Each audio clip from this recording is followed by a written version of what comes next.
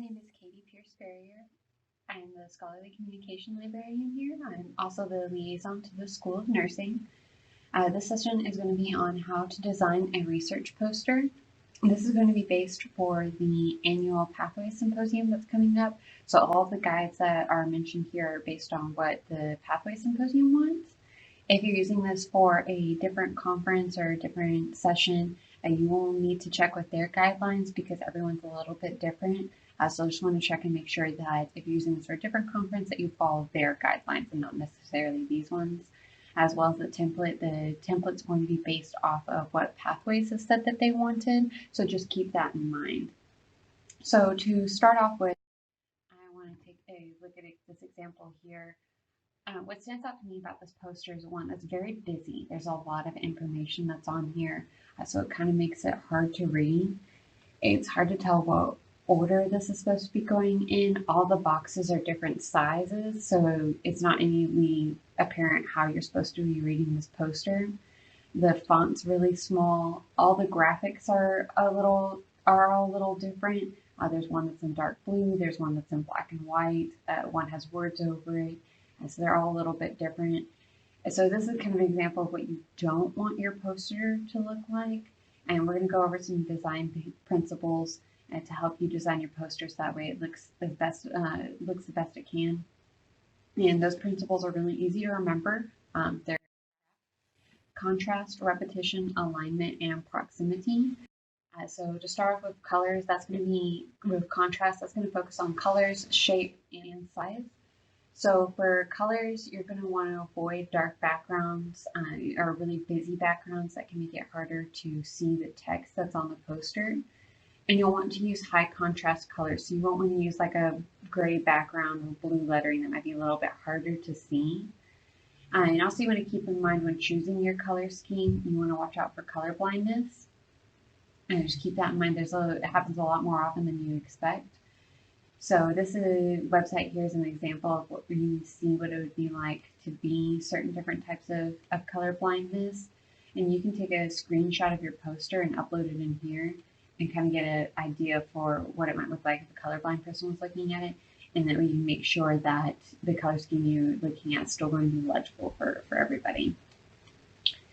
Visuals are going to be the main focus of the poster. You're probably going to have about 800 words or less, so the visuals are going to be the main focus of it. So when you're picking out a color scheme, you want to make sure that the colors have enough contrast that you can see it. So I like to use Adobe's color wheel. And you can kind of play around with it, see what you like, and find a color scheme that really works for you, whatever you like. You're welcome to use the Tarleton color scheme. This is the RGB code and the hex code for the official Tarleton purple. So the rest of our colors are online as well as listed on the template. So you're welcome to use that or pick a color scheme out that you like. Next is going to be shape, so fonts mainly. And there's two different types of fonts you can use, which is serif, which is going to be like Times New Roman, Cambria, Georgia. That just means that there's little feet on the fonts. These are going to be easiest to read on print materials, so like on your poster, if you print a paper out, serif fonts are going to be easiest to read that way. There's also sans serif fonts like Arial, Calibri, and Corvell. Those are going to be easiest to read on electronics or on PowerPoints. So you can pick between those two types of fonts. You don't want to do anything fancy, so you want to stay pretty basic with whatever font that you decide to go with. Also, in any of the graphs or data sets that you use, you want to make sure that they're clearly marked and legible, so you make sure that they can read the legend, they can read all the numbers on the sides, so that way they can tell exactly what it is that the graph or data set is trying to convey. And then for size, Pathways said that they want their title to be at least 1.5 inches tall, so that means it has to be at least 85-point font for the title, or up to 125-point font. The bigger the better. For headings, you want 36 to 44-point font, and then body from 24 to 32-point font. You really don't want to get smaller than 24-point font because you want to be able to. So next we have repetition. Repetition just gives your presentation, your poster, a very nice uniform look to it.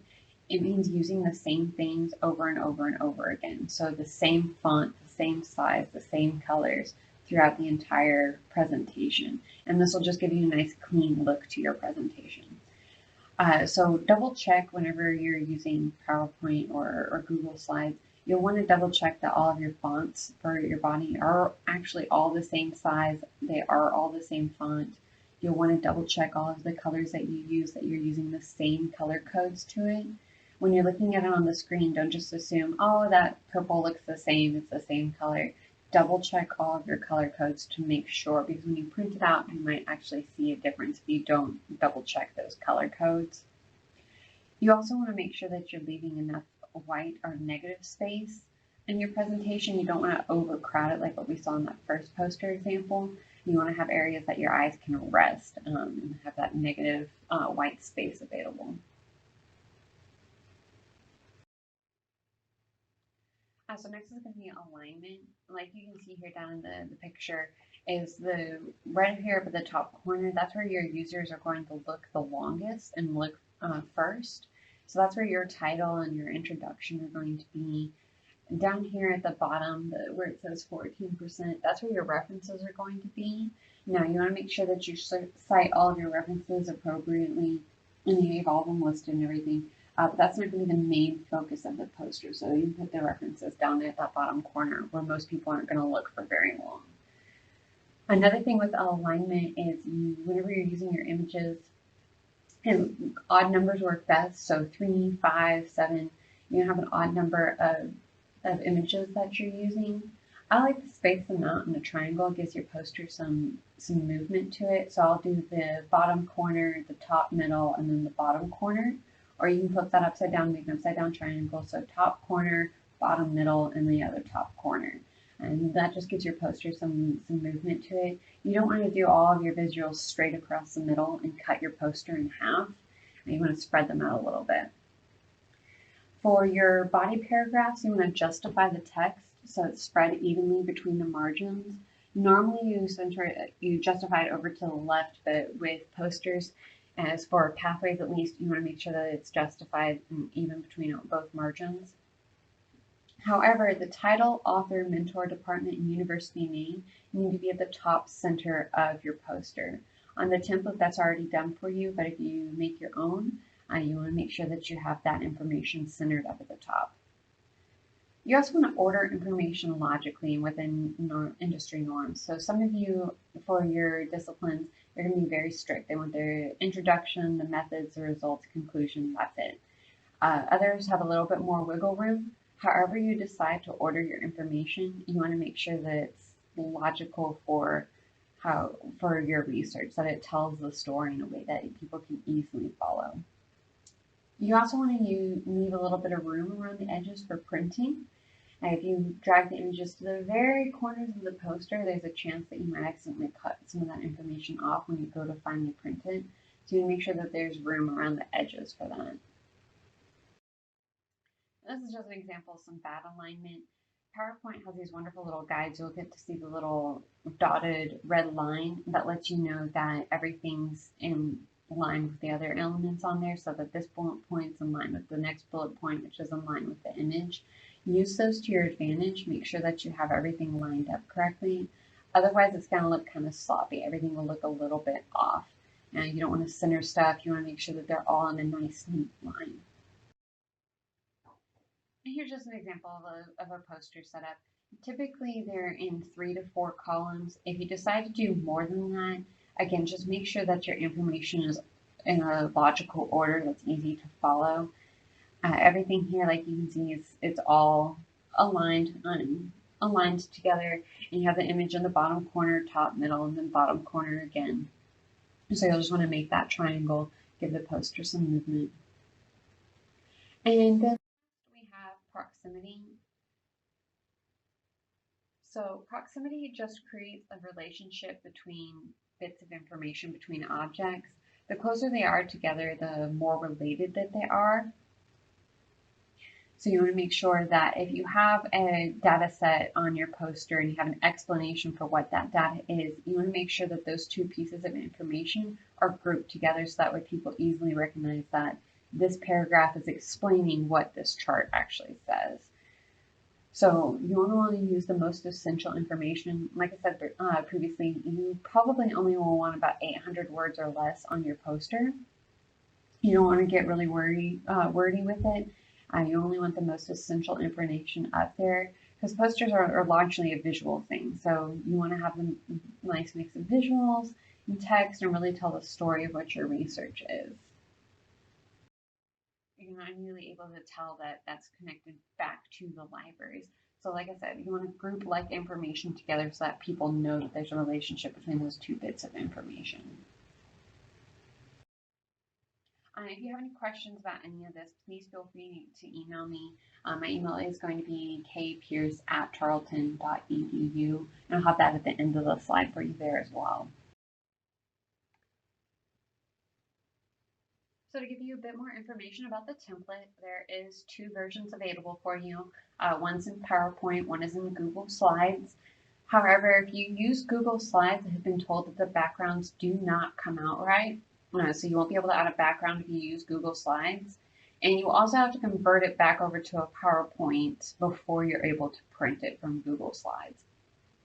So if you decide to use Google Slides, when you convert it back over to PowerPoint, you'll need to double check everything before you print it. So double check that all of your fonts are the correct font and the correct size. None of your color codes got off. You want to also make sure that everything's still aligned correctly and that the slide size is the right size that it's supposed to be. So you just want to check that before you go to finally print it from PowerPoint after you've converted it. Also, if you use the template, make it your own. So add your own color scheme, change the fonts, add your own creative flair to it. You'll want to double check with your mentor that the template is an acceptable format for your research field. So some of your disciplines you may need to add additional information, or maybe there may be other things that you need to address. So just double check with your mentor that you have everything on your poster that you need to, and that you're dressing everything that you need to. You're welcome to use the official Tarleton colors or pick your own color scheme. All the official Tarleton colors are on their website. They're also listed on the poster templates as well for you, but you can definitely pick your own color scheme. Now, if you don't use the template or you use some other type of format other than PowerPoint or Google Slides, still make sure that you follow the principles of CRAFT, contrast, repetition, alignment, and proximity. Still follow those basic design principles. And you also want to make sure that you change the slide size. So if you're in PowerPoint, you'll want to go to Design, the Design tab up at the top. And then over on the right, you'll go click on Slide Size.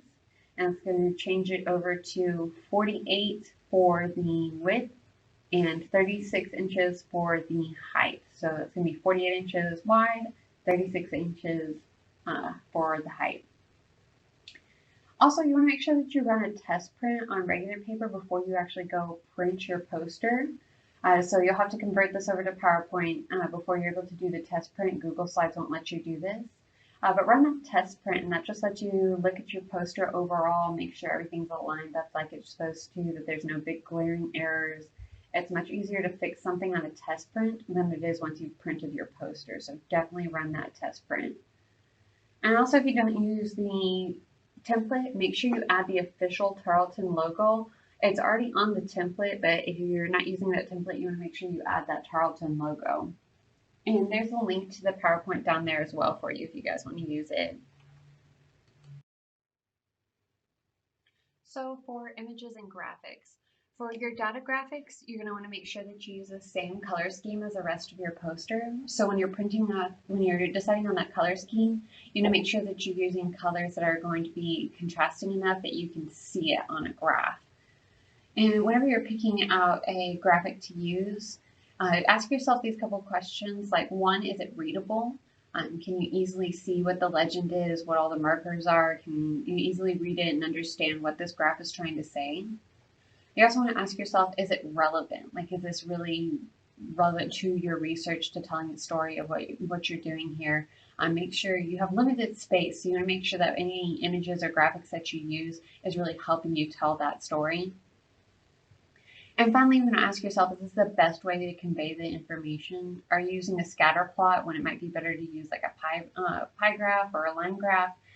Play around with it and make sure that you're using the best data set and the best graphic to really tell that story. And then if you need pictures or images, make sure you cite those sources appropriately. You can use pictures that are in the public domain. My two favorite websites are going to be Pixabay and Unsplash. I particularly like Unsplash. It's really easy to use. They have a lot of great photos. So you can download the images and I'll tell you right there how to appropriately cite it. So I really like to use Unsplash. You can also use QR codes if you like QR codes.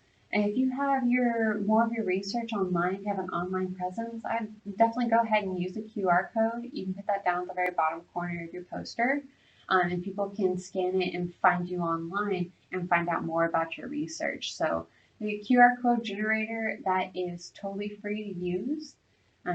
It's real easy. You just copy paste the URL and it will generate a QR code for you. And you just put that image into your poster. So you have your poster all designed, ready to go. You just need to print it. So there's two places you can go for that. You can go to the Office of Research and Innovation. It is free to students to use, but it does take a little bit. So if you're working off of a strict timeline, it does take about 3 business days for that to process. So just keep that in mind. And you can print it on the Pathways guideline size of the 3 feet by 4 feet. You can print it from PowerPoint, Microsoft Publisher, or PDF, and their website's listed there for you. You can also print it here at the library. So we have a maker spot that does large format printing. It does have a small fee to it, but you're able to usually turn it around a little bit faster if you're working on a deadline. Again, we can print it from PowerPoint, Microsoft Publisher, or a PDF. You'll just submit the print job online and then they'll contact you and notify you as soon as it's ready for you. All right, so you designed your research poster, you printed it off, you're the day of, you are ready to go. So you want to treat this like an interview. You want to make sure you dress the part and put your best foot forward. You never know who's going to be there. These people that are there could very well be your employers 2-3 years down the road. So you want to make sure that you're really treating this like an interview. Hygiene is important. Make sure you're showered, hair is combed, nails are clean, everything like that.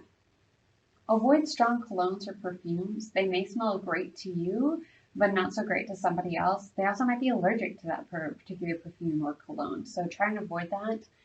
Also, avoid loud colors or patterns. Leave the cheetah and leopard print at home. Wear that out with friends. You want to make sure that you're dressing business, professional, business, casual. And we'll go over a little bit more about dress code on the next slide. Also, give yourself plenty of time to set up. I believe Pathways gives you about 30 minutes to set up, so it's one of those hurry up and wait.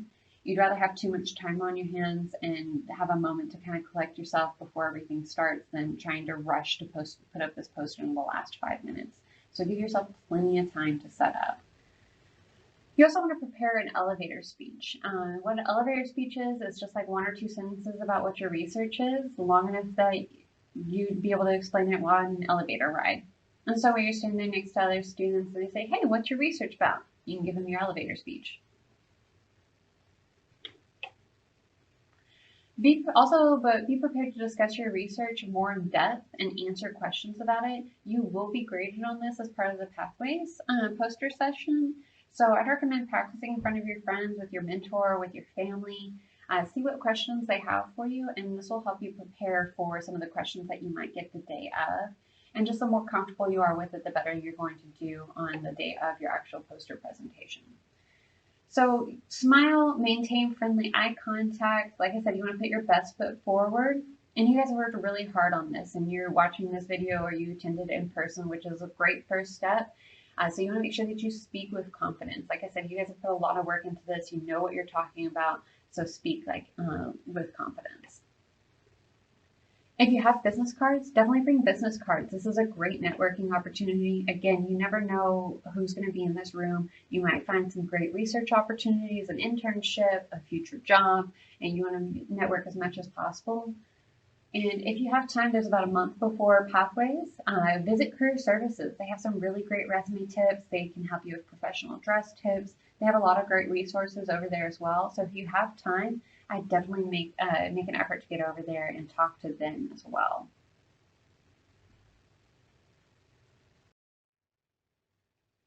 So last slide, just to go over a little bit about dress. So guys, you want to wear slacks, a tie, a nice dress shirt, nice shoes. You make sure that you look, like I said, treat this like an interview. Suit jacket if that's appropriate for your industry. And then make sure your hair is combed. You know, like I said, hygiene's important as well. And then for women, you can wear dress slacks or a nice skirt or some type of dress, full length dress. You can do that. You'll want to stick with more neutral colors. Like I said, leave the loud bright prints at home. One thing to keep in mind, they have photos here of women wearing heels. If you're not used to wearing heels, you will be on your feet. You'll probably be doing a lot of walking. I'd recommend wearing, some type of cute professional flats, just something that you're going to be comfortable in for a very long period of time. Keep that in mind as well, that you'll be on your feet, you will be walking around. If you want to wear makeup, just do light makeup, mascara, a little bit of lipstick. You don't want to get real loud with the jewelry, and again, no really strong perfumes or colognes. And then last but not least, here's just some links. I got my email address up there. This is a link to the PowerPoint. If you want to give me feedback, there is a Google form. I definitely appreciate any feedback that you guys have for me. Under additional information, this lip guide that's listed up here up at the top, this is where I got a lot of my information from. So I definitely recommend if you want more information about designing a poster, that's a really good place to look. You got the color wheel and the colorblind tester there, and then as well as where you can go get your poster printed off. So thank you guys so much for watching this presentation. If you have any questions, please feel free to contact me. Thank you.